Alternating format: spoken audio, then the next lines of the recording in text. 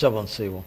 எங்கள் அன்பின் பரலோக பிதாவே, கர்த்தராகிய இயேசு கிறிஸ்துவின் மூலம் மண்டையிலே வருகிறோம். தந்தையே, இந்த நாளிலே இந்த நாளுக்குரிய சத்தியம், இந்த மாதத்தின் முதலாம் நாள், புதிய மாதத்திலே ஆண்டவரே, சத்தியமுள்ள நம்முடைய வார்த்தைகள் ஒரு நாளும் அழியவே அழியாத வார்த்தைகள். ஏனென்றால் நீர் அழியாதவர்.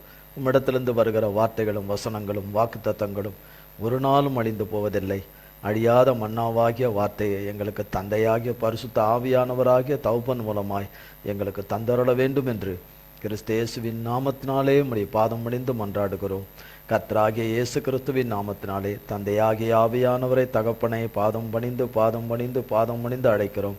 வாரும் ஆவியானவரே, வேலையை பொருட்படுத்திக் கொள்ளுங்க. மண்ணோட்டை மறைத்துக் கொள்ளுங்க. மாம்சமும் இரத்தமும் வேதத்தின் ஏற்கூடாதவைகளும் புறம்பானவைகளும் ஒன்றும் ஒரு காலமும் என்னிலே காணக்கூடாதபடி தகப்பனாகிய இயேசு கிறிஸ்துவின் நாமத்தை அக்கினினாலும் இரத்தத்தின் அக்கினினாலும் உம்முடைய மன்னிப்பின் அக்கினினாலும் என்னிலே வேரோடு சுட்டரிக்கப்பட்டு போவதாக. தந்தையே, உடைய நாமமும் இரத்தமும் உடைய வார்த்தையும் வசனமும் ஆண்டவரை உடைய மன்னிப்பும் கிருபையும் இரக்கம் உடைய தயவும் கருணையும் கடாட்சியமும் உடைய பேரன்பும் உடைய வல்லமையும் உம்முடைய வெளிச்சமும் கடைசி காலத்துக்குரிய வெளிச்சமும் அபிஷேகமும் அதிகாரமும் வல்லமையும் பெலனும் ஆண்டவரே உம்முடைய சாரமும் சத்துவமும் உம்முடைய அல்லேலூயா கடைசி காலத்துக்குரிய எழுப்புதலுக்குரிய சகல கிருபா வரங்களினாலும் எண்ணெயினாலும் அடியானை நிரப்புவீராக.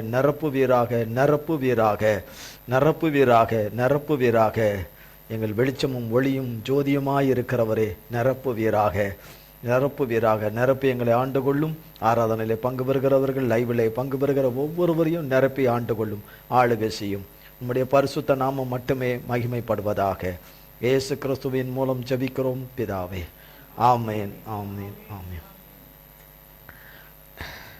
கர்த்தருடைய நாமத்திற்கு ஸ்தோத்திரம். நீரே இதை செய்தீர் என்ற வார்த்தை கடந்த வாரத்திலிருந்து கடந்த சில வாரம் கர்த்தர் பேசிக்கொண்டே வரார். நீரே அதை செய்தீர் என்று. செய்யறதுக்கு முன்னாடி அதாவது பெற்றுக்கொள்ளும் பரியந்தம் வரைக்கும் நீரே செய்தீர்னு சொல்லிக்கிட்டே இருக்கணும். பெற்றுக்கொள்ளல, ஆனா நீரே செய்தீர்னு சொல்லிட்டு இருக்கணும். இப்படி எங்கன்னா இருக்குமா? கையில வாங்கினா தானே வாங்கினேன்னு சொல்லுவேன், தந்தா தானே தந்தாங்கன்னு சொல்லுவேன். பொதுவா நம்ம அப்படித்தானே பேசுவோம். நம்ம அது அது அது அது ஆனா நம்ம நடைமுறையில் அப்படித்தானே சொல்லுவோம் இல்லையா? அப்படித்தானே நம்ம சொல்லுவோம், அப்படித்தானே சொல்லுவோம். ஆனா வேத வசனம் நமக்கு அது சொல்லுது, அப்படித்தான் அதை எடுக்கணும் அப்படின்னு வேத வசனம் நமக்கு போதிக்குது. அதை எடுத்துட்டு வரல இன்னைக்கு. அது மார்க் எழுதின சுவிசேஷம்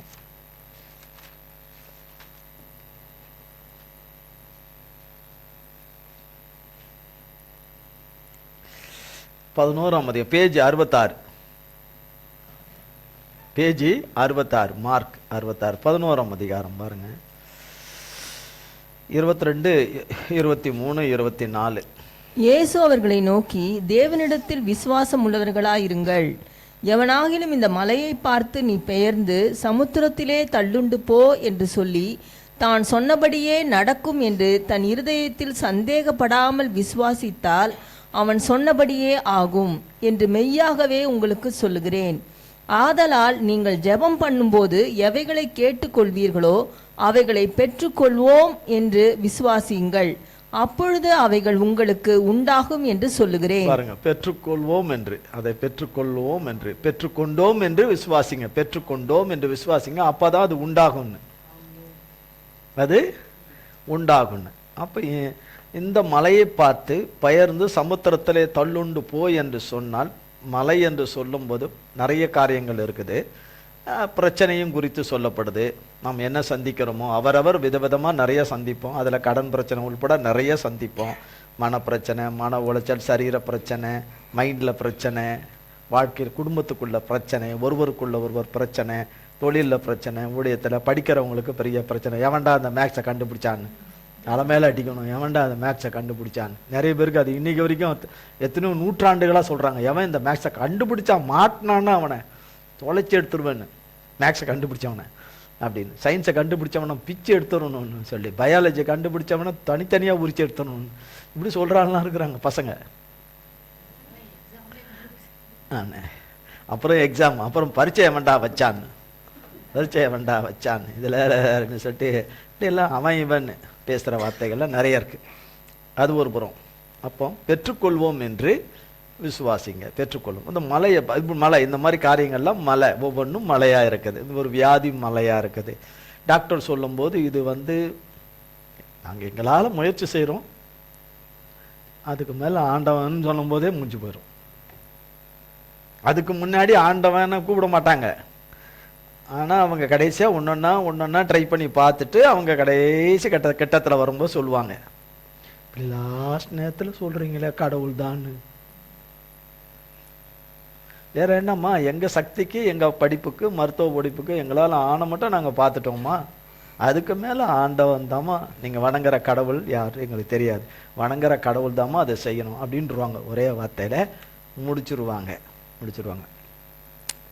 அவ்வளோதான் மனுஷருடைய லிமிட்டு, அவ்வளோதான். அது எல்லாமே ஒரு காரியமும் மலை போல, ஒன்று போல, மலைகளை போல இருக்கிறதுன்னு அது நம்ம பின்னால் பார்ப்போம் அதை சொல்லிட்டு. அப்போ எவைகளை அவை பெற்றுக்கொண்டு, அப்போ நீரே செய்தீர் என்று நாம் பெறாமலே பெற்றுக்கொண்டோம் என்று விசுவாசிக்கும் பொழுது அவைகள் உண்டாகும் என்று சொல்லப்படுகிறது. எல்லாருக்கும் ஒரே மாதிரியான கர்த்தருடைய பெரிதான கிருபையினால, கர்த்தருடைய ஆவியானவருடைய அனுக்கிரகமான வழிநடத்தலும் அவருடைய போதனையிலும் அவர் சாரம், தேவனுடைய வசனத்தினாலே சாரம் ஏற்றி தேவ வார்த்தையினாலும் வசனத்தினாலும் அவருடைய ஆவியினாலும் அவருடைய பிள்ளைகள் தன்னிடத்துல இருதயத்தை கொடுக்கிற பிள்ளைகளுக்கு, தன்னை முழுமையாய் கொடுக்கிற பிள்ளைகளுக்கு நல்ல உப்பு சாரம் ஏறுவதை போல நல்ல சாரம் ஏற்றி கொண்டு அதுல அந்த சாரம் ஏறி கட்டவரிலேருந்து உச்சந்தலை வரைக்கும் ஏறி உள்ளும் புறமும் ஒன்று கூட இடம் கேப் இல்லாமல் அருமையாக அப்படி ஏற்றிக்கிட்டே வந்தாதான் அது மூளைக்குள்ளே, சிந்தைக்குள்ளே, எண்ணத்துக்குள்ளே, காதுக்குள்ளே, மூக்குக்குள்ளே, வாய்க்குள்ளே, உதடுக்குள்ளே, பல்லுக்குள்ளே, இந்த வாய் தாடைக்குள்ளே, அதுக்குள்ளே, தொண்டைக்குழிக்குள்ளே, அங்கே இங்கே என்ன ஒன்று போய் சாரம் ஏறி அப்படி இருந்தாதான் அவங்க தேவன் பார்க்க விரும்புகிறபடி பார்க்க முடியும், இல்லைன்னா பார்க்க முடியாது.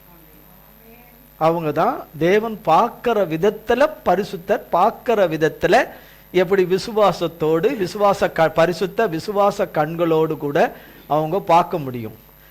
இது எல்லாரும் பார்க்கறது இல்லை. வேதத்தின்படி பார்த்தால் அப்படி பார்க்கறது கிடையாது.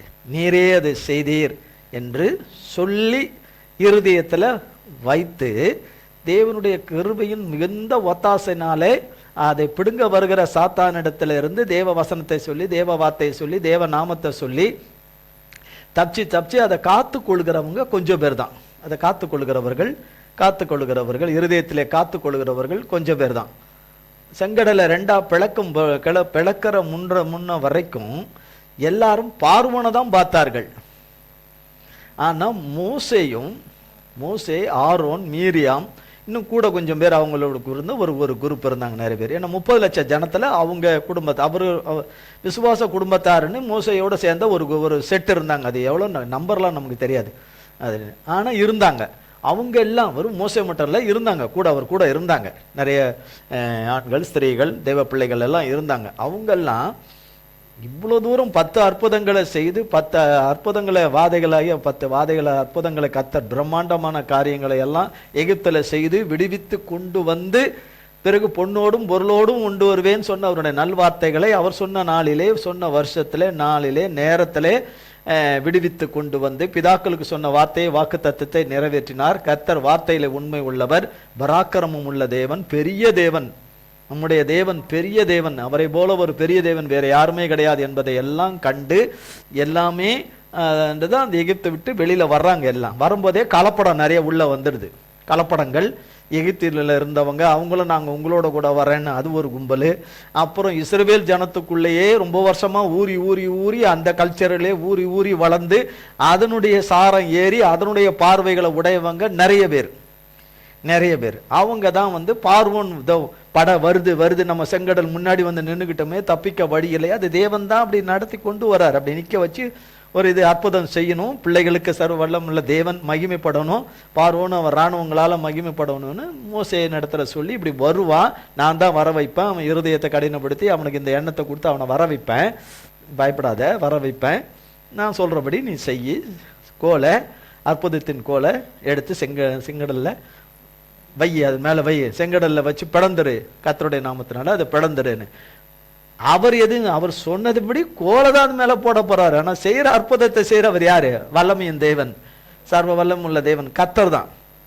ஆனால் ஜனங்க அதுக்கு முன்னாடி எல்லாரும் கத்துன்னு எங்களை இங்கே சாவடிக்க கொண்டு வந்த, அது கொண்டு வந்த, இது அதுக்கு முன்னாடி வரைக்கும் அதெல்லாம் நிறைய பேசிட்டு இவ்வளோ கிடச்சிது, அவ்வளோ கிடச்சிது, இவ்வளோ கிடச்சிது, இவ்வளோ கிடச்சிது, இவ்வளோ கிடச்சிது நமக்குன்னு அதெல்லாம் பேசிக்கிட்டு நல்லா ஜாலியாக டூர் மாதிரி நடந்து வந்துக்கிட்டு நல்லா சாப்பிட்டுக்கிட்டு நடந்து வந்தவங்க, பாடிக்கிட்டு நடனம் பண்ணிக்கிட்டு வந்தவங்க அப்படியே திரும்பிட்டாங்க. அப்படியே தேவனுக்கும் மோசைக்கும் விரோதமாக திரும்பிட்டாங்க. மோசை கூட இருந்த அந்த தேவனுடைய பார்வை உடையவங்க, அந்த நல் நம்பிக்கை விசுவாச பார்வை உடையவங்க, நன்றி உள்ள பார்வை உடையவங்க விரோதமாக பேசலை, முணுமுணுக்கலை, ஆனால் முறுமுறுக்கலை. ஆனால் இவங்க எல்லாருமே விரோதமாக எழும்பிட்டாங்க. அவங்க பார்த்தது எல்லாமே என்னன்னா வழியே இல்லை, எதுவுமே இல்லை, எந்த விதத்திலும் தப்பிக்கிறதுக்கு வழியே இல்லை. இப்போ அப்படித்தானே, எந்த விதத்துக்கும் வழி இல்லை, அது இல்லை, இது இல்லைன்னு. ஆனால் தேவன் எங்கே இருக்கிறாரு? மேலே இருக்காரு. தேவன் அதுக்கும் மேலே இருக்காரு, மனுஷனுக்கும் மேலே, பிரச்சனைக்கும் மேலே, தேவன் உண்டாக்கினதுக்கும் மேலே இருக்காரு. அப்போ யார் பெரியவர்? கர்த்தர் பெரியவர். கர்த்தர் பெரியவர். ஆனா நம்ம அந்த நேரத்தில் அதையா சொல்றோம்? பெரியவர்லாம் எல்லாம் காணாம போயிடும். பெரியவர், வல்லமையானவர், மகத்துவமானவர், பராக்கிரமமானவர், அற்புதமானவர், அதிசயமானவர், வார்த்தையில் உண்மை உள்ளவர், இவ்வளவு தூரம் நடத்திட்டு வந்தவர், இனிமேல நடத்துகிறவர், நடத்தி முடிக்கிறவர் என்றெல்லாம் வராது. நடத்தி முடிக்கிறவர்னு வராது. அப்ப எல்லாம் காலு பூலு கலக்கா இவ்வளோ பேர் சொல்றாங்கன்னா அது உண்மைதான். அப்போ இவ்வளோ பேர் கத்துறாங்கன்னா அது உண்மைதான். இவ்வளோ பேர் ஓலாடுறாங்கன்னா அப்போ கத்தன் தான். அப்போ இதெல்லாம் இவ்வளோ பேர் லோ லோ லோ லோ அத்தனை பேர் பேசுறது காதுல உழுதே, அசையாம இருக்கிறானே இந்த மோசையும் அவனை சேர்ந்தவங்களும் அசையாம இருக்கிறானுங்களே. அப்ப இவனுங்களுக்குள்ளதான் பொல்லாதாவி இருக்குது, இவனுங்களுக்குள்ளதான் பொல்லாதாவி இருக்கு, நமக்குள்ளதான் கடவுளுடைய ஆவி இருக்கு. அதனால தான் அலறோம், நம்ம அலறோம். எப்படி? தலைகீழ. அப்ப செங்கடல் வேலைன்னு. அப்ப செங்கடல் கர்த்தர் வழியை உண்டாக்கி வச்சிருக்கிறார். ஜனங்களுக்கு யாருக்குமே தெரியாது அந்த இடத்துல அந்த தண்ணிக்கு கீழே வழி வச்சிருக்கிறாருன்னு. யாராவது தண்ணிக்கு கீழே வழி இருக்குன்னு வச்சிருக்குமா? தண்ணியில சாவுதான் இருக்குதுன்னு சொல்லுவோம். தண்ணியில என்ன இருக்குது? சாவுதான் இருக்குதுன்னு சொல்லுவோம். சாவுதான் இருக்குதும்போ. ஆனா இவங்களுக்கு அதுல வாழ்வு வச்சிருந்திருக்கிறாரு கர்த்தர். அப்படித்தான் அவருடைய பிள்ளைகளுக்கு இன்னைக்கும் பிரச்சனைக்கு நடுவுல அதன் கீழே வழி வச்சிருக்கிறார், வெளியே வர்ற வழியை வச்சிருக்கிறார், வெளியே வர வச்சிருக்கிறார். அவரை பார்க்கிற விதமா பார்க்கிறவங்களுக்கு தான் அந்த வழி கர்த்தரால தெரியும், இல்லைன்னா தெரியாது. வழியாகி அவரோடு இருந்தாதான் அந்த வழியை அவர் காண்பிச்சா தெரியும், இல்லைன்னா அதுவும் தெரியாது. அப்போ செங்கடல் ரெண்டா, அது இப்போ நம்ம பொண்ண மெசேஜுக்கே திருப்பி போயிட்டே இருக்கணும், இன்னைக்கு சொல்ற மெசேஜுக்கு போக முடியாது. அப்போ அங்க வழி பறக்குது. அப்போ ராத்திரிலேருந்து விடிய காலக்குள்ள காத்து வீசுது, பலமா வீசுது, தண்ணி மேல வீசுது. நீங்க பாருங்க, ஒரு பக்கெட்டு தண்ணி இவ்வளவு இருக்குது, பக்கெட்ல 2 பேர் எடுத்து ஊத்துறோம். 2 பேர் எடுத்து இங்க இருக்கிற தண்ணியை எடுத்து ஊத்து பக்கெட்ல இப்படி ஊத்துறோம்னு வச்சுங்களேன். அங்க ஊத்தணும், கரெக்டா அந்த இடத்துக்கு பாயிண்டா தான் அங்க ஊத்தணும். ஊத்துறேன்னு சொல்லிட்டு அங்க இருக்கிறவங்க மேல ஊத்திடுவோம். நம்ம ரெண்டு கரெக்டா ஊத்துவோம், 3ஆவதா 4ஆவதா தூக்கி இந்த பக்கம் ஊத்திடுவோம், யார் மேலேயாவது நிக்க மேல எல்லாம் தள்ளி ஊத்திடுவோம், அந்த பக்கம் ஊத்திடுவோம். நீங்க என்ன வார்த்தை பேசுவீங்க? மூஞ்சி அங்க ஊத்துன்னா மூஞ்சி இங்க ஏன் மூஞ்சியில ஊத்துறியே, உனக்கு இதான் நாளை எதிர்பார்த்திந்தியா நீ அப்படிம்பாங்க. நடக்கிற அங்கே ஒரு சின்ன ஒரு சடன்னு வந்துடும், ஒரு சின்ன காரியத்துல சண்டை கண்டம் வந்துடும். நம்மளால இங்கிருந்து அங்கவே சரியா ஊத்த முடியாது. தேவன் காத்துக்கு சொல்ல என்னன்னு கரெக்டா என்ன இடத்துல வீசி 2ஆ பொழந்துடு. இவ்வளவு அகலத்துக்கு, இவ்வளவுன்னா இவ்வளவு இல்ல, அவ்வளவு ஜனம் 30 லட்சம் ஜனம் உள்ள வரணுமே, ஆடு மாடுகள் எல்லாம் என்னென்ன வச்சுருந்தாங்களோ, ஒட்டகம் வச்சுருந்தாங்கன்னா என்னென்ன வண்டி மாடுங்க தட்டு முட்டை எல்லாம் ஏகப்பட்ட ஜாமான்களோட எல்லாம் வரணுமே. அப்போ இந்த கடலுக்குள்ளே என்ன வழி, என்ன ரோடு, சிமெண்ட் ரோடு போட்ட ரோடாது கிடையாது. எவ்வளோ பள்ளம் மேடெல்லாம் இருக்கும், எவ்வளோ கல் வாரங்கள் எல்லாம் உள்ளே கிடக்கும், எவ்வளவு பவளப்பாறைகள் கிடைக்கும், எவ்வளோ கிடக்கும் அதுக்குள்ளே, ஒன்றும் கூட கிடையாது. எல்லாம் சமமாக்குனது கர்த்தர் அனுப்புன காத்து. இப்போ பாஞ்சல, நீர் காற்றாய் வருவீர், நீர் நெருப்பாய் வருவீர், நீர் அக்கினியாய் வருவீர் பண்ணும்ல. ஆமா ஆமா, இன்னும் கொஞ்ச நேரம் ஞாபகம் இருக்கும். ஆமா அப்புறம் என்னாச்சு, எல்லாத்தையும் அடிச்சு காத்து நல்ல தரை உலர்ந்த தரையாக்கி ஈரமா இருந்துரும், சொதன்னு இருக்கும். பொதுவா சொதன்லாம் இல்லாம எல்லாம் சமமாக்கி, அப்ப கர்த்தர் செய்யற நேரத்துல தான் இதெல்லாம் நடக்குது. செங்கடல் கிட்ட போனா டெய்லி காத்து அந்த காத்து அடிக்குது இல்ல, அவர் அனுப்புற காத்துக்கு அவர் என்ன சொல்றாரோ அதை செஞ்சு முடிச்சிருது. அந்த கரைக்கு போய் சேர்ற வரைக்கும் தண்ணிய மதில் சுவரா ஆக்கிறது. இது எல்லாமே கர்த்தர் எப்போ ஏற்படுத்தி வச்சிருந்தாரோ, அது உண்மையான காலகட்டங்கள் சத்தியமா தெரியவே தெரியாது. ஆனா வேதத்தின்படி அந்த லெவல் வரைக்கும் போக முடியாது, அதுக்கு மேல போக முடியாது. ஆபிரகாமுக்கு சொல்லும் போது எப்போ இந்த சம்பவம் நடக்கிறதுக்கு கிட்டத்தட்ட 431 வருஷம், 430 வருடங்கள், 430 வருஷத்துக்கு பின்னாடி ஆபிரகாம் கிட்ட சொல்றாரு இதை இப்படி நடக்கும்னு. இப்படி நடக்கணும்னா இப்படி எகிப்துல இருந்து ஜனங்கள் இப்படி இருப்பாங்க, உன் மக்கள் உன் பிள்ளைகள் இப்படி இருப்பாங்க, பிறகு நான் உங்களை இப்படி கொண்டு போவேன், அதுக்கப்புறம் உள்ள அற்புதங்கள்ல நான் பருவ மகிமைப்படுவேன், அதெல்லாம் சொல்லல. ஆனா பொண்ணும் பொருளோடு வருவாங்கன்ற வரைக்கும் சொல்லிட்டாரு. அப்பவே ஏற்பாடு பண்ணிட்டாரு. அப்பவே அது யார் மனசுல தோண்டு இருக்கும், யார் இருதயத்துல தோண்டி இருக்கும்? போன வாரம் சொன்னார் இல்லையா, யார் இருதயத்திலும் யார் மனசுலையும் தோன்றினதே இல்லை அந்த காரியத்தை சொன்னார். அடுத்தது போன வாரம் பார்த்தோம் தாவீது, கோலியாத் அவன் வந்து நிக்கிறான், ராட்சத மாதிரி வந்து நிக்கிறான், டெய்லி வந்து நிக்கிறான், ஒத்தைக்கு வான்னு அவன் இருக்கிறான். 13 அடி உயரத்துல இருக்கிறான், அவ்வளவு பெரிய உயரத்துல இருக்கிறான், அவன் பிரம்மாண்டமா இருக்கிறான். அவன் எல்லா கவச குண்டெல்லாம் எல்லாம் போட்டுக்கின்னு உடம்புல அத்தனையும் போட்டு வச்சுக்கின்னு நிக்கிறான். வான்னு எல்லாம் அலறாங்க ஜனங்க, இஸ்ரவேல் ஜனம், யூத ஜனம் கதறுறாங்க சண்டைக்கு போறதுக்கு. அவங்கிட்ட யார் போவான்னு, அவன் வெட்டிக்கிளி மாதிரி பிச்சு போட்டுருவான், நம்மளை பிச்சு போட்டுருவான்னு பயப்படுறாங்க. இப்ப எல்லாருக்குள்ளேயும் என்ன, அவனுடைய அந்த மலம், அத மாசத்துல மலம் மாறின்னு இஸ்ரவேல் ஜனங்களுக்கு அன்னைக்கு செங்கடல் மலை மாறி இருந்தது, பார்வோன் மலை மாறி இருந்தது. இதுவும் வந்து இவனை பார்த்தோன்னு இவனும் ஒரு பெரிய மலை ராட்சதம் மாதிரி இருக்கிறான், பெரிய ராட்சதம் மாதிரி இருக்கிறான். நாம சந்திக்கிற காரியங்கள் எல்லாமே அப்படித்தானே இருக்குது, நம்மளால முடியாத காரியங்கள் எல்லாம் அப்படித்தானே இருக்குது, நமக்கு அப்படித்தானே இருக்குது. அப்படின்னும் போது அன்னைக்கு செங்கடல் முன்னாடி யார் செய்தீர்? நீரே செய்தீர். யாரு? கர்த்தர், நீரே செய்தீர்.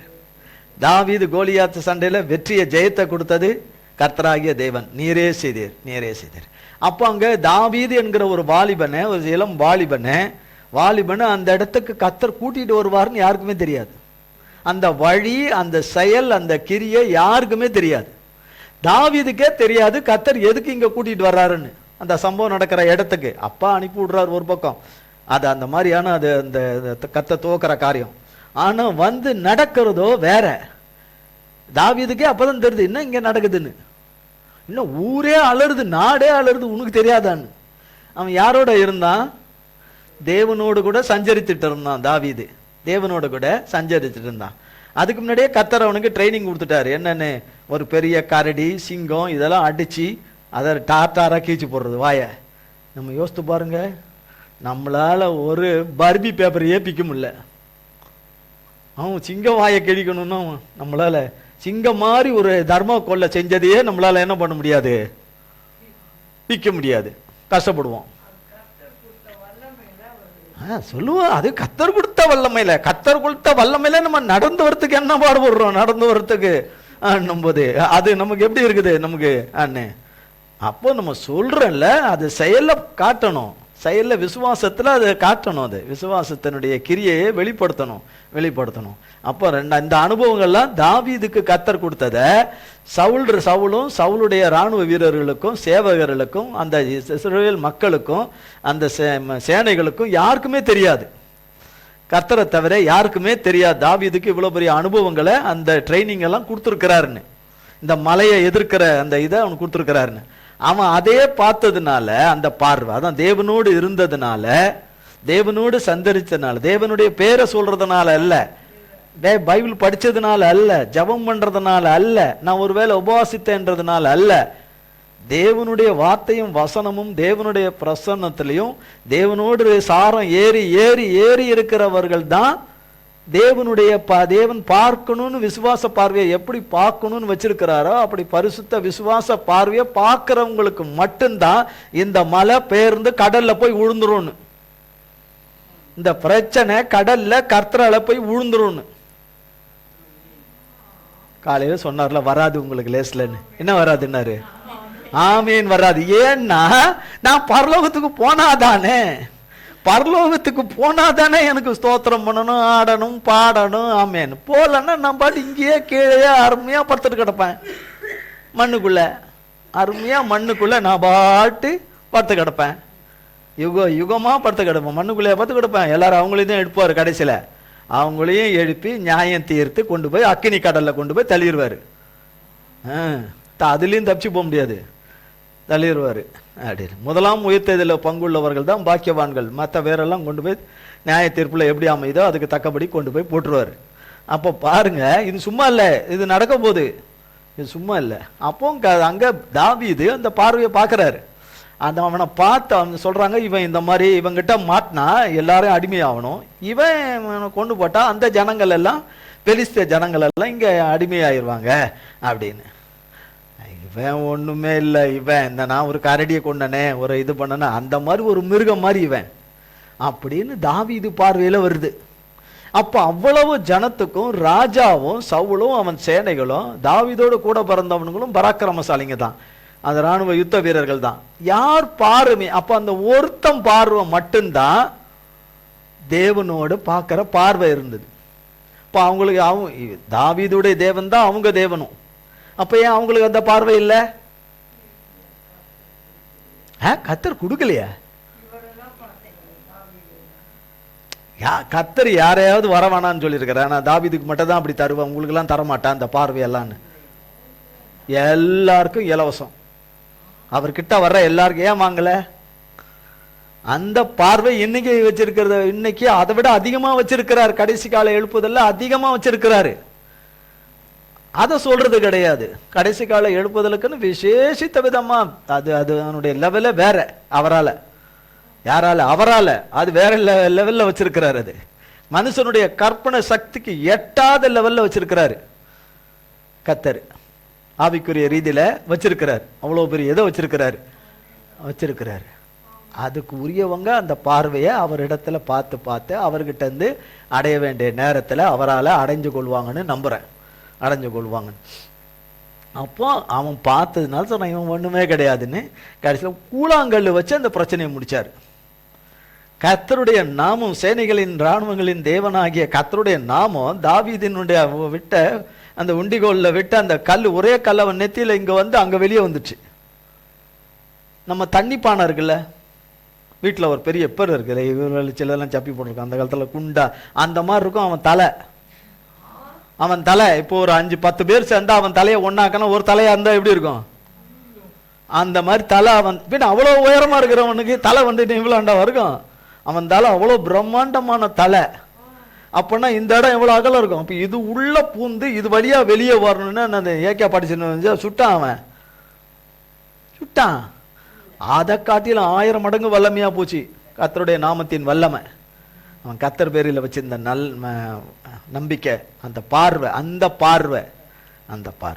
அப்போ அது என்ன, அந்த பார்வை தான் தேவன் நம்ம ஒவ்வொருவர்கிட்டையும் அந்த பார்வையை பார்க்கிறாரு.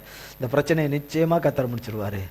இந்த கொடுமையிலிருந்து நம்ம அவரவர் கீழ்ப்படியாமையில சம்பாதிச்சது, ஆனாலும் தேவன் மன்னிச்சு இரக்கம் பாராட்டி அந்த பார்வையே பார்த்துட்டு இருக்கும்போது ஏகப்பட்ட இடைஞ்சல், வம்பு, நிறைய எக்கச்சக்கமான காரியங்கள், மனம் வருந்தக்கூடிய காரியங்கள், மனம் வருத்தத்துக்குரிய காரியங்கள், மனநோவுக்குரிய காரியங்கள், ரத்தம் சிந்துற காரியங்கள் நிறைய வரும். ஆனாலும் அந்த பார்வையே தேவன் மேல வச்சிருக்கிற பார்வையை விடாதபடி இருக்கும்போது தேவனிடத்திலிருந்து வல்லமை வந்துடும். விடுவிக்கிற வல்லமை, மீட்கிற வல்லமை, ரட்சிக்கிற வல்லமை, அற்புதம் செய்யற வல்லமை, எல்லா வல்லமையும் வந்துடும். என்ன வல்லமை வரணுமோ அவர்கிட்ட இருந்து வந்துடும். அவர்கிட்ட இல்லாத வல்லமையே கிடையாது. அத்தனை வல்லமையும் அவர்கிட்ட வந்துடும். அப்ப அந்த ஒரு தாவீது தான் இருந்தது. அன்றைக்கு மோசேயும், அன்றைக்கு கூட இருந்த யோசுவா, ஆரோனு, மீரியாம், இன்னும் கூட யாரெல்லாம் இருந்தாங்களோ அவங்களுக்கெல்லாம் அந்த பார்வை இருந்தது. ஒரு குறிப்பிட்ட செட் ஆஃப் பீப்புளுக்கு அந்த பார்வை இருந்தது. தேவனை பார்க்கிற அந்த உன்னத பார்வை, அந்த பரிசுத்த விசுவாச நல் நம்பிக்கையின் பார்வை இருந்தது. அந்த உற்று நோக்கி தொலைநோக்கான அந்த பார்வை அந்த இருந்தது. அந்த பார்வை இங்க இவங்க இருக்கிறாங்களே, தாவீது, இவங்கெல்லாம் இருக்கிறாங்களே, தாவீதுக்கு மட்டும்தான் இருந்தது. இந்த இடத்துல யாருக்கு மட்டும்தான் இருந்தது? தாவீது மட்டும்தான். வாலிபன், சிறு பையன், 16-17 வயது கூட கிடையாது, அந்த வயது உள்ளவன், அவனுக்கு தான் இருந்தது. அவனுக்கு தான் இருந்து. மற்றவங்களுக்குலாம் எங்க போச்சான்? மற்றவங்களாம் இல்லை. பிரசங்கியின் புஸ்தகம் 3ஆம் அதிகாரம். பிரசங்கி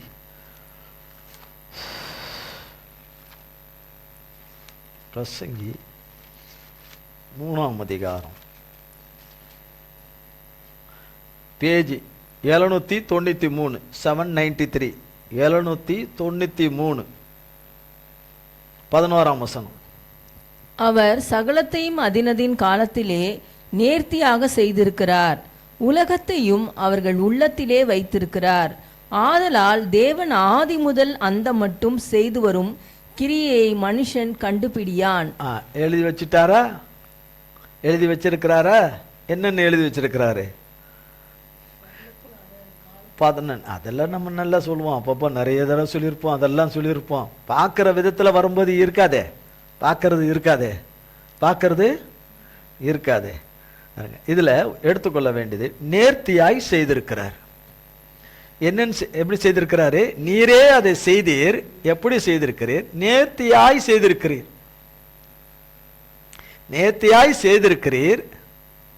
நேர்த்தியாய் செய்தீர். செய்திருக்கிறீர் என்பது முன்பே ஆயத்தம் பண்ணப்பட்டது. நீரே செய்தீர் என்றது பிரசன்ட், கைக்கு வந்தது, விசுவாசித்தவர்களுக்கு பெற்றுக்கொண்டது. நல்லா பாருங்க, நேர்த்தியாய் செய்திருக்கிறார். எப்போ? நேர்த்தியாய் செய்திருக்கிறார், அவர்கள் உள்ளத்திலே வைத்திருக்கிறார். இந்த தேவ பரிசுத்த விசுவாச நல் நம்பிக்கையின் பார்வை யாருக்கு இருக்குதோ அந்த உள்ளத்துக்குள்ளதான் இது இருக்கும். இந்த வேத வசனத்தின் சத்தியம் உள்ள இருக்கும். நேர்த்தியாய் செய்திருக்கிறார். நாம் பிறக்கத்துக்கு முன்னாடி நேர்த்தியாய் செய்திருக்கிறார். இக்கட்டிலிருந்து வெளியே வர்றதுக்கு, ஆபத்திலிருந்து வெளியே வர்றதுக்கு, சகல பிரச்சனையிலிருந்து, எல்லா பயத்திலிருந்தும் வெளியே வர்றதுக்கு, நம்மளால முடியாதது எல்லாவற்றிலிருந்து வெளியே வர்றதுக்கு, சத்ருவின் கிரியைகளை அழிக்கிறதுக்கு நேர்த்தியாய் செய்திருக்கிறார். ரெண்டையும் தான் செய்வார். நம்மளை காப்பாற்ற செய்வார், சத்துருக்களை அழிக்கவும் செய்வார். நம்ம அழியணும்னு நினைச்சவங்கள அழிக்க தான் செய்வார். அதெல்லாம் அழிக்காமலாம் விட மாட்டார். அப்போ உள்ளத்துல என்ன பண்ணி வச்சிருக்கிறாரு? வைத்திருக்கிறார். ஆதி முதல் அந்த மட்டும் செய்து வரும் இந்த கிரியையை, தேவன் செய்கிற இந்த காரியத்தை எப்படி முடிக்கிறார் என்கிற காரியத்தை, எப்படி சுகமாக்குறார் என்பத காரியத்தை, எப்படி பரீட்சையில இவ்வளவு பெரிய வெற்றியை கொடுத்தார் என்ற காரியத்தை, எப்படி இப்படி ஒரு வேலை கிடைச்சது என்கிற ஒரு காரியத்துல, இப்படிப்பட்ட ஒரு உயர்வு கிடைச்சதுன்ற ஒரு காரியத்தை, இப்படி கட்டப்பட்டது எப்படி கட்டவிழ்த்து கொடுத்தாருன்னு என்ற காரியத்தை, கட்டவிழ்த்து கொடுத்தாருன்ற காரியத்துல, எப்படி இப்படிப்பட்ட ஆர்டர்கள் எல்லாம் அங்கெல்லாம் கிட்டே போக முடியாது, நெருங்கவே முடியாது. நம்மெல்லாம் கிட்ட போனாலே நம்ம கொசு. ஆனா நமக்கு கொடுக்கும்படி நமக்கு இப்படிப்பட்ட ஆர்டர்கள் எல்லாம் நமக்கு கடவுள் கொடுத்திருக்கிறாரே என்கிற அற்புதமான செயல்கள், அற்புதமான அதிசயங்கள், அதிசயத்தக்க காரியங்கள், அற்புதமான காரியங்கள், மரணத்திலிருந்து விடுவிக்கிற காரியங்கள், கொலையிலிருந்து விடுவிக்கிற காரியங்கள், சத்ருவின் சகல சூழ்ச்சி வஞ்சகத்திலிருந்து விடுவிக்கிற காரியங்கள், செய்வனை மந்திர சூன்யத்திலிருந்து விடுவிக்கிற காரியங்கள், பேராபத்திலிருந்து விடுவிக்கிற காரியங்கள் நிறைய அடுக்கிக்கிட்டே போலாம். இதெல்லாம் சொல்லிட்டு வியாபாரத்தில் அவர் செய்கிற காரியங்கள், பெரிய பெரிய தொழில்களில் செய்கிற காரியங்கள், வீழ்ச்சியிலிருந்து எழுச்சிக்கு கொண்டு வர்ற காரியம், வீழ்ச்சியிலிருந்து எழுச்சிக்கு கொண்டு வர்ற காரியம், மனுஷனுடைய வாழ்க்கையில் அவர் கொண்டு வர பிரேக் த்ரூகள், திருப்பு முனைகள், தமிழ்ல திருப்பு முனை, இங்கிலீஷ்ல பிரேக் த்ரூ, அப்படி அவர் கொண்டு வர பிரேக் த்ரூகள். இப்படிப்பட்ட காரியங்களை மனுஷன் அவர் கொண்டு நிறைவேற்றும் பரியந்தமும் மனுஷன் கண்டுபிடியான். நிறைவேற்றின பிறகுதான் தெரியும். நிறைவேற்றின பிறகுதான் தெரியும். அது பிரசங்கின் புஸ்தகம் 8ஆம் அதிகாரம் 17ஆம் வசனம்.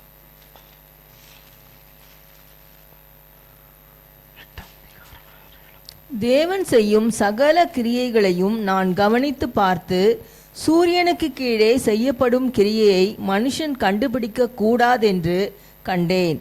அதை அறியும்படி மனுஷன் பிரயாசப்பட்டாலும் அறிய மாட்டான். அதை அறியலாம் என்று ஞானி எண்ணினாலும் அவனும் அதை அறிந்து கொள்ள மாட்டான். பார்த்தீங்களா, எழுதி வச்சிருக்கிறாரா? என்னன்னு இதுல இன்னும் தெளிவா இருக்கு பாருங்க. தேவன் செய்யும் சகல கிரியைகளையும் நான் கவனித்து பார்த்தேன். யார் சொல்றாரு? தாவீதுடைய மகனாகிய சாலமோன் சொல்றாரு. சாலமோன் ராஜா இதை சொல்றாரு.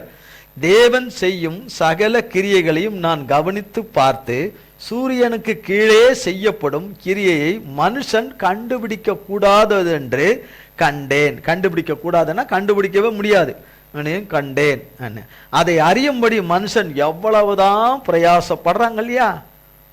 சொல்றாங்களா, எப்படிதான் இவங்க விடுவிக்கப்படுறாங்கன்னு பார்க்கலாம், இவங்க எப்படிதான் ரட்சிக்கப்படுறாங்கன்னு பார்க்கலாம், இவனுக்கு எப்படிதான் குடி இவனை விட்டு போகுதுன்னு பார்க்கலாம், எப்படிதான் இவனுக்கு கஞ்சா இவனை விட்டு போகுதுன்னு பார்க்கலாம், இவனுக்கு இருக்கிற அந்த கெட்ட தொடர்பு எப்படி இவனை விட்டு போகுதுன்னு பார்க்கலாம், இவனுக்குள்ள இருக்கிற இந்த இச்சையை நாவி இவனை விட்டு எப்படி போகுதுன்னு பார்க்கலாம். இப்படி தார் மரம் அடாவடித்தனமா நடக்கிறானே இவன் எப்படி அதுல இருந்து மாறுறான்னு பார்க்கலாம். இவன் எப்படி நல்ல பிள்ளையா மாறுறான், இவன் நல்ல மகளா எப்படி மாறுறா பார்க்கலாம். இவன் எப்படி குடும்பம் நடத்தி காட்டுறான்னு பார்க்கலாம். இவன் எப்படி குடும்பம் நடத்தி காட்டுறான்னு பார்க்கலாம். இவன் எப்படி நல்ல வேலையில இருந்துடுறான்னு பார்க்கலாம். இவன் எப்படி தொழில் செஞ்சு விருத்தியாகி வந்துடுறான்னு பார்க்கலாம். இவனுக்கு எப்படி பிள்ளை பிறக்குதுன்னு பார்க்கலாம். இவன் எப்படி அம்மா அப்பாவோட இருந்துடுறான்னு பார்க்கலாம். இப்படி எல்லாம் பார்க்கலாங்கிறது தான் அதிகம். சாத்தானோட சேர்ந்த சாத்தானின் மனுஷர்கள், துன்மார்க்கர், பகஞ்சர்கள், துரோகிகள், அகங்காரிகள், இந்த ஏசபேலின் கூட்டங்கள், இந்த ஆமானின் கூட்டங்கள், இந்த பார்வோனின் கூட்டங்கள், இந்த அமெரிக்கருடைய இந்த கூட்டங்கள், இந்த சுன்னத்துக்காரர்களுடைய கூட்டங்கள் எக்கச்சக்கம். இப்படி எக்கச்சக்கம். இந்த மந்திரக்காரன், சூனியக்காரன், இது ஒரு லிஸ்ட் போயிட்டே இருக்குது. எவ்வளோ பேர் இருக்கிறானுங்க பார்க்கலான்னு. எப்படி இவனுங்க கடன் பிரச்சனை அடையுதுன்னு பார்க்கலாம். இவன் வியாதி இவனை விட்டு எப்படி நீங்குதுன்னு பார்க்கலாம். எப்படி இவனுங்க வெளியே வர்றானுங்க பார்க்கலாம். இவளுங்க எப்படி வெளியே வர்றானுங்க பார்க்கலாம். எல்லாமே பார்க்கலாம்னு சொல்லும் போது கர்த்தர் அதை பார்க்கறாருல, கர்த்தர் அவங்க கிரியைகளை எல்லாம் பார்க்கறாருல, கர்த்தர் பார்க்கறாருல. அப்போ அவங்களுக்கு ஏன் மண்டையை பிச்சுக்குது? மண்டையை பிச்சுக்கு தான் செய்யும். எப்படி விடுவிப்பாருன்னு அவரை நம்பி இருக்கிறவங்களுக்கே அவர் சொல்ல மாட்டாரு. விடுவிப்பேன்னு தான் சொல்லுவாரு, என்ன எப்படி விடுவிக்கிறேன்னு சொல்ல மாட்டாரு. ஆனா விடுவிச்சிருவாரு. விடுவிக்கு வரும்போது உங்ககிட்ட தானே வரும். அது யார் விடுதலை பெறானோ, யார் விடுதலை பெறாலோ அவங்களுக்கு தானே வருது. அவங்களுக்கு தானே வருது. அப்ப அவங்களே அதை நம்பலான்னா எப்படி? அப்ப இவ்வளவு நாள் சொல்லப்பட்டதுக்கு அப்ப பொய்க்கு உடந்தையா இருந்த மாதிரில ஆயிரும். இவ்வளவு நாள் சொல்லப்பட்ட நல்வார்த்தைகள், வாக்குத்தத்தங்கள், சொல்லப்பட்ட சகலமும் விளக்கப்பட்டது, கொடுத்து எடுத்துரைக்கப்பட்டது, சொல்லப்பட்டது, காண்பிக்கப்பட்டது, விரிவுபடுத்தப்பட்டது, விளக்கப்பட்டது, எல்லாமே பச்சை பொய்யெல்லாம் மாறிடும். நம்பலன்னா அப்போ மாய்மாலக்காரனா மாறிடுமா, மாய்மாலக்காரியா மாறிடுவோமே. அப்போ இங்க சொல்லப்படுது, கண்டுபிடிக்க கூடாது என்று கண்டேன், அறியும்படி மனுஷன் பிரயாசப்பட்டாலும் அறிய மாட்டான். அதை அறியலாம் என்று ஞானி எண்ணினாலும், அது உலகத்துல ரொம்ப ஞானி, ரொம்ப அறிவாளி, ரொம்ப ஞானின்னு சொல்லிக்கிறாங்கல்ல, அவங்களும் எவ்வளோ யோசித்து பார்த்தாலும் இவர் கண்டுபிடிக்கிறதுல கில்லாடி, இவர் இதுல கண்டுபிடிக்கிற ஒரு கில்லாடி, இவர் இதுல அறிஞ்சு கொடுறதுல கில்லாடி, எந்த கில்லாடியும் கண்டுபிடிக்க முடியாதுன்னு சொல்றாரு. ஆமீன். வராது. பிரசங்கி 9ஆம் அதிகாரம் 1ஆம் வசனம். இவை எல்லாவற்றையும் நான் என் மனதிலே வகையறுக்கும்படிக்கு சிந்தித்தேன். நீதிமான்களும் ஞானிகளும் தங்கள் கிரியைகளுடன் தேவனுடைய கைவசமாயிருக்கிறார்கள். தனக்கு முன் இருக்கிறவர்களை கொண்டு ஒருவனும் விருப்பையாவது வெறுப்பையாவது அறியான். பாருங்க, இவைகள் எல்லாவற்றையும் மனதில் வைத்து வகையறுக்கும்படி சிந்தித்தே, நீதிமான்களும் ஞானிகளும் யார் கையில இருக்காங்களாம்? கர்த்தர் கையில, கர்த்தருடைய கிரியைகளா இருக்கிறாங்களாம். கர்த்தருடைய கிரியைகளாக தேவனுடைய கைவசமா இருக்கிறாங்களாம். கைக்குள்ளதான் இருக்கிறாங்களாம். கைக்குள்ள. அப்போ எவ்வளவுதான் சத்துரு முடக்கி இருந்தாலும் எல்லாவற்றுக்கும் மேல கையில வச்சுக்கிட்டு இருக்கிறது யாரு? கர்த்தர். அவர் ரிலீஸ்ன்னு சொல்லும்போது அது ரிலீஸ். அது எப்படி ஆகும், அது இப்படி ஆகும்னா நீ ஞானியா இருக்கிறதுனால தான் நீ இப்படி யோசிக்கிற. அது எப்படி ஆகும், இது எப்படி ஆகும். ஞானிகளை பைத்தியமாக்கும்படி பைத்தியங்களை தான், கிறிஸ்துக்குள்ள பைத்தியங்களை தான் தெரிந்து கொண்டார் கர்த்தர். அந்த மாதிரி பைத்தியமா, கிறிஸ்துக்குள்ள பைத்தியமா இருக்கிறவங்களுக்கு மட்டும்தான் இந்த மாதிரி எண்ண முடியும், கர்த்தருக்குள்ள எண்ண முடியும், யோசிக்க முடியும், அப்படி பார்க்க முடியும், அப்படி வாயை திறந்து சொல்ல முடியும் கர்த்தருடைய நாமத்தினால. அது எப்படி, அது எப்படி, அது எப்படி. அது வாக்கு தத்தம் பெறாதவனும் அதே தான், வாக்கு தத்தம் பெற்றவனுங்களும் அதே தான். வித்தியாசமே இல்லை, வித்தியாசமே இல்லை. அப்ப சொல்ற பாருங்க, அடுத்தது அதே அதே அதிகாரம் பிரசங்கில 11ஆம் வசனம் வாசிங்க. 11ஆம் வசனம். திரும்பிக் கொண்டு சூரியனுக்கு கீழே கண்டதாவது, ஓடுகிறதற்கு வேகமுள்ளவர்களின் வேகமும் யுத்தத்துக்கு சௌரியவான்களின் சௌரியமும் போதாது, பிழைப்புக்கு ஞானமுள்ளவர்களின் ஞானமும் போதாது, ஐஸ்வர்யம் அடைகிறதற்கு புத்திமான்களின் புத்தியும் போதாது, தயவு அடைகிறதற்கு வித்வான்களின் அறிவும் போதாது, அவர்கள் எல்லாருக்கும் சமயமும் தேவ செயலும் நேரிட வேண்டும். பாருங்க, எவ்வளவு பலத்தை, எவ்வளவு ஞானத்தை, அறிவிய, புத்திய, சாமர்த்தியத்தை, பேச்சு சாமர்த்தியம், அந்த சாமர்த்தியம், நடக்கையில செயல அத்தனை சாமர்த்தியம், அத்தனை விதம், விதத்துக்கு விதம், என்ன காட்டினாலும் நடக்காது, என்ன காட்டினாலும் நடக்காது, நடக்காது. கடைசியில லாஸ்ட் வரியில கொண்டு வந்து விடுறாரு என்னன்னு, தேவனுடைய செயல் நேரிட வேணும், தேவன் உள்ள வரணும், தேவன். அப்ப அவர் குறிச்சிருக்கிற நேரத்துக்குள்ள அவர் வருவாரு. அவர் நம்ம குறிச்ச நேரத்துக்கு நாமளே போக மாட்டோம் நிறைய நேரம் இல்லையா? ஆனா போற நேரம் கரெக்டா போயிரும். போற நேரம் இருக்குல்ல, அந்த நேரம் நமக்கு தெரியாத நேரம் கரெக்டா போயிரும்.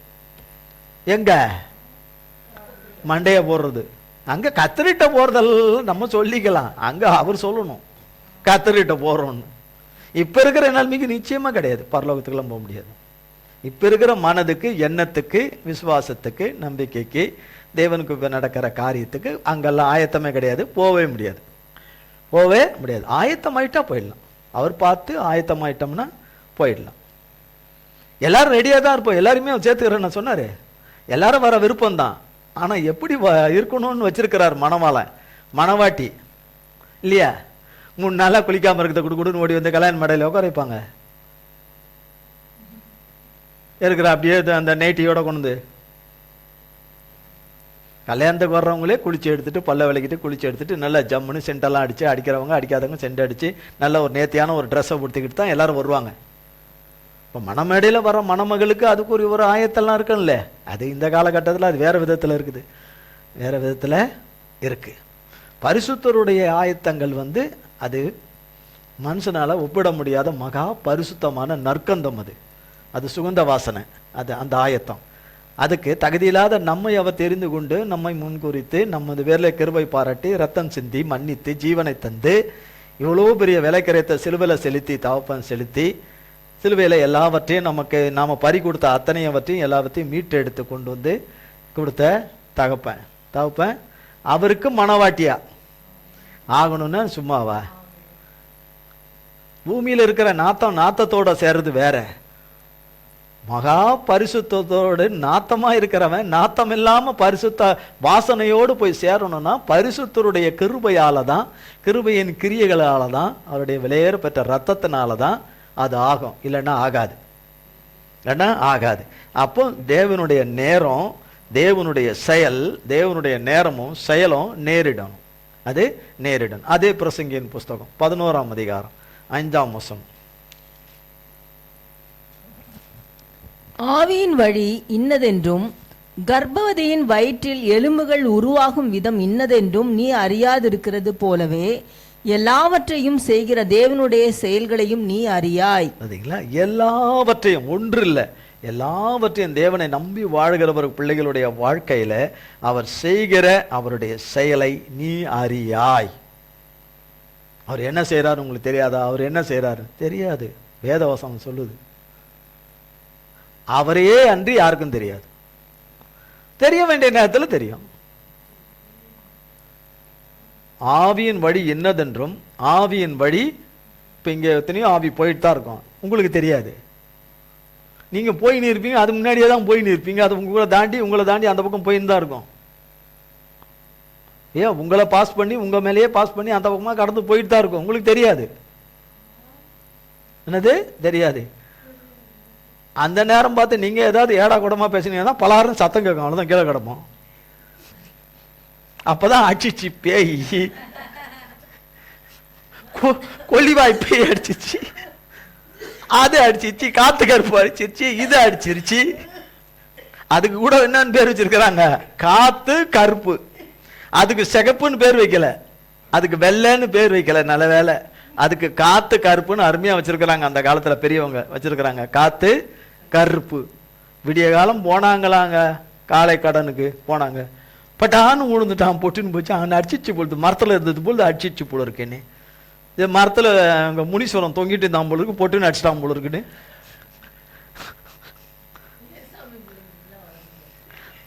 ஏசாமி அவனுக்கு தெரியும் யார் ஏசாமி பிள்ளைன்னு, நமக்கு தெரியாதல்ல. நம்ம சொல்றவங்களுக்கு தெரியுமோ தெரியாதோ, அவனுக்கு தெரியும் யார் ஏசாமி பிள்ளைன்னு.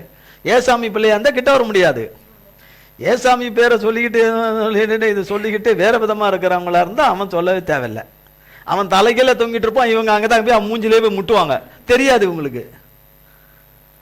அவன் வேப்ப மரத்துக்கு கீழே இருந்து தொங்கின்னு இருப்பான், அரச மரத்துக்கு கீழே தொங்கின்னு கிடப்பான், கீழே தொங்கிட்டு இருப்பீங்க. அங்கதான் நீங்க சும்மானாலும் போவீங்க, தலையில போய் இடிச்சிக்குங்க, அவன் தலையில போய் இடிப்பீங்க.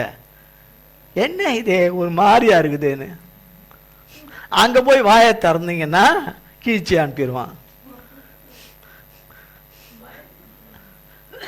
யாரையும் பயமுறுத்ததுக்காக சொல்லல, இதெல்லாம் நீங்க கடந்த கால பெரியவங்களை கேளுங்க, அவங்க அனுபவங்களை சொல்லுவாங்க. இதெல்லாம் சொல்லுவாங்க.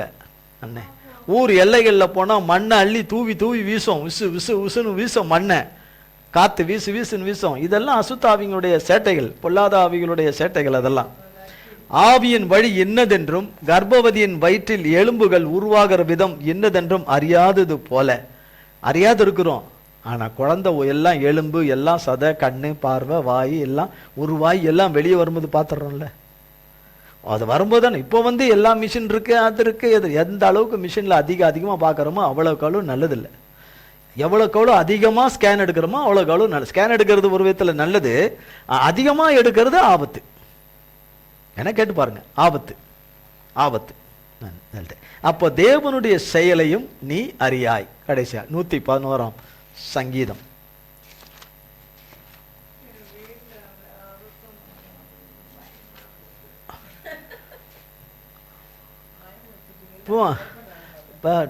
இரண்டாம் வசனத்தின் முன்பகுதி, இரண்டாம் வசனத்தின் முன்பகுதி. கர்த்தரின் செய்கைகள் பெரியவைகளும். கர்த்தரின் செய்கைகள் என்னது? கர்த்தரின் செய்கைகள் எப்படியா வந்து முடியுமா? பெரியவைகளாய் வந்து முடியுமா? அது இப்படிதான் பார்க்கணும். கர்த்தரின் செய்கைகளுடைய முடிவு பெரியவைகளாய் வந்து முடியும் என்று. மூன்றாம் வசனத்தின் முன்பகுதி. அவருடைய செயல் மகிமையும் மகத்துவமும் உள்ளது. பாருங்க, அவருடைய செயல் மகிமையும் மகத்துவம், மகிமையும் மகத்துவம் உள்ளதா வந்து முடியுமா? கர்த்தருடைய செயல்கள் பெருசா வந்து முடியுமா? அந்த செயல் மகிமையும் மகத்துவம் உள்ளதாக வந்து முடியுமா அவர் கருத்துல இருந்து?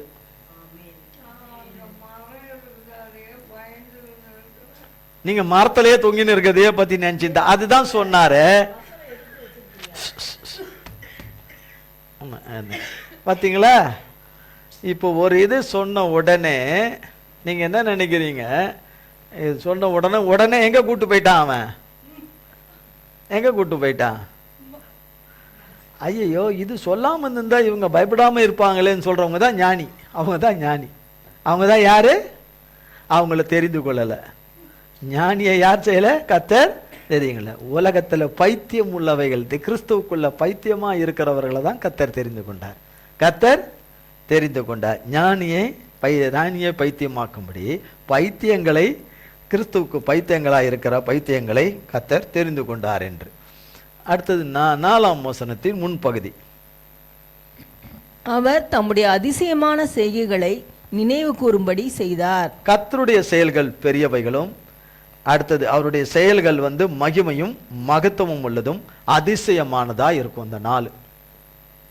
பிறகு அடுத்த வாரம் பார்ப்போம் கர்த்தர் கிருபையில. பாருங்க அவருடைய முடிவு, அவருடைய நம்பி இருக்கிற அவர் பிள்ளைகளுடைய முடிவு பெரிதா இருக்கும். அதனுடைய முடிவு அவருடைய நாமத்துக்கு மகிமையாகவும் மகத்துவம் உள்ளதாகவும் இருக்கும். அது அதிசயமானதாகவும் இருக்கும். என்னதா இருக்கும்? அதிசயமானதாக இருக்கும். அதிசயமானதா இருக்கும். விடாப்பிடியா அவரே நம்பி இருப்போம். உலகத்தில் இருக்கிறவனிலும் நம்மில் இருக்கிற பெரியவராகிய கர்த்தர் செய்து முடித்து நிறைவேற்றுவாராக. நம் ஒவ்வொருவரிலும் நிறைவேற்றுவாராக. நிறைவேற்றும் பரியந்தமும் நம்மை தப்புவித்து காப்பாற்றி நம் தேவைகளை எல்லாம் சம்பூர்ணமாய் சந்தித்து கர்த்தர் நல்லவர் என்பதையும் கைவிடாதவர் என்பதையும் மறவாதவர் என்பதையும் என் நினைவாய் இருக்கிறார் என்பதையும் நினைத்து நன்றி சொல்லும்படி கிருபை செய்வாராக. கர்த்தர் இந்த வார்த்தைகளை நம் ஒவ்வொருவருக்கும் ஆசீர்வதிக்கவே ஆசீர்வதிப்பாராக. ஜெபம் செய்வோம்.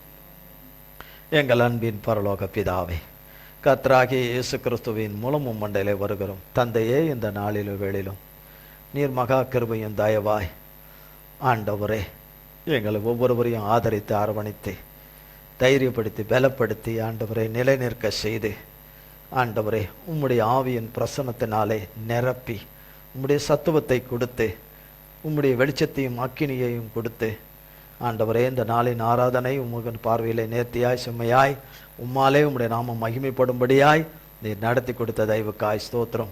கேட்ட உம்முடைய பிள்ளைகள், பங்கு பெற்ற பிள்ளைகள் யாவருக்கும் நீர் இதை எங்களுக்கு ஆசீர்வாதமாக்கி கொடுத்த தயவுக்காய் கோடி கோடி ஸ்தோத்திரம்.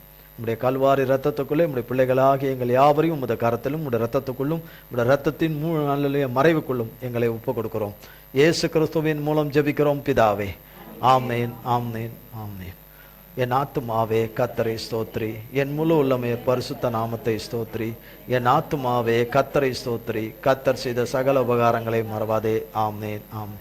கர்த்தராகிய இயேசு கிறிஸ்துவின் கிருபையும் பிதாவாகிய தேவனுடைய அன்பும் பரிசுத்த ஆவியானவருடைய அந்யோன்ய ஐக்கியமும் பராமரிப்பும் பாதுகாவலும் நம் அனைவரும் கூட சதா காலங்களுக்கும் நிலைத்திருப்பதாக.